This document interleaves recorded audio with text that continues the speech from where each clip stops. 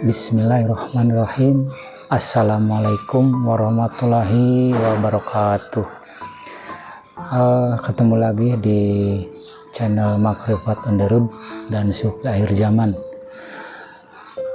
Pertemuan kali ini saya akan melanjutkan dari uraian yang kemarin tentang bagaimana caranya membedakan antara Tuhan dan dengan setan. Nah, pada kesempatan kali ini banyak sekali yang harus diingat, bahwa untuk bisa membedakan setan dengan Tuhan, maka pentingnya baiat nur untuk mendapatkan petunjuk, pembeda dan penerang. Jadi adalah nur iman dan nur kitab. Nur iman dan nur kitab sebenarnya adalah unsur Allah yang ditanamkan dalam diri manusia. Ibarat akal manusia memiliki batas kesadaran antara 0 sampai 100%. Maka nur kitab adalah alat yang memungkinkan kesadaran manusia naik ke tingkat yang lebih tinggi, yakni antara 101 hingga tak terhingga, melampaui batas akal menuju alam mutlak. Dengan nur inilah kita mampu membaca gelombang Tuhan yang dimensinya lebih tinggi dan tak terjangkau oleh akal manusia.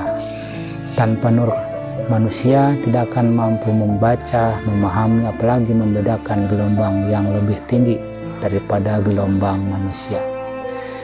Nur ini ibarat katheder yang dapat mengapsul manusia sehingga bisa memasuki lapisan gelombang kesadaran di atas akal.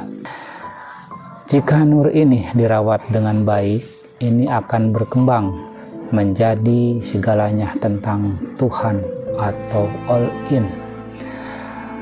Nur mencakup ilmu, pengetahuan, kitab, cahaya, spiritual seperti buruk, hingga akhirnya membawa manusia menyatu dengan Allah. Pada hakikatnya, nur adalah Allah sendiri, karena Allah menghampiri manusia ke dunia ini adalah dengan nurnya melalui seorang utusan. Nur juga menjadi sifat Al-Quran yang berfungsi sebagai petunjuk, pembeda, dan penerang. Dengan nur, manusia mampu membedakan antara Tuhan dan setan. Tanpa nur, manusia akan sangat mudah tertipu.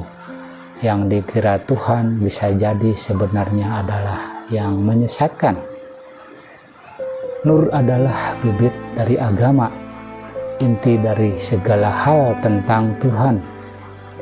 Seluruh kebenaran tentangnya sudah termuat di dalam nur. Inilah yang ditanamkan saat baiat dan menjadi tugas manusia untuk merawat serta menyempurnakannya sepanjang hidup. Jadi jelas ya, untuk membedakan mana Tuhan dan mana setan adalah dengan ditanamkannya nur ke dalam kolbu, yaitu dengan melalui proses baiat. Dan satu-satunya manusia yang bisa menanamkan nur iman ke dalam kolbu adalah seorang utusan, dan saat ini disebutnya walia mursida. Saya rasa cukup gamblang, cukup jelas. Sekarang saudara-saudaraku bisa membedakan, bisa memilih, bisa memilah dengan petunjuk, asal di dalam kolbunya sudah ditanamkan nur iman dan nur kitab. Oke, saudara-saudaraku, untuk supaya tidak ketinggalan materi yang lain, jangan lupa di subscribe, di like, komen, dan bagikan supaya teman-teman yang lain bisa ikut menyimak tentang ma'rifat ini.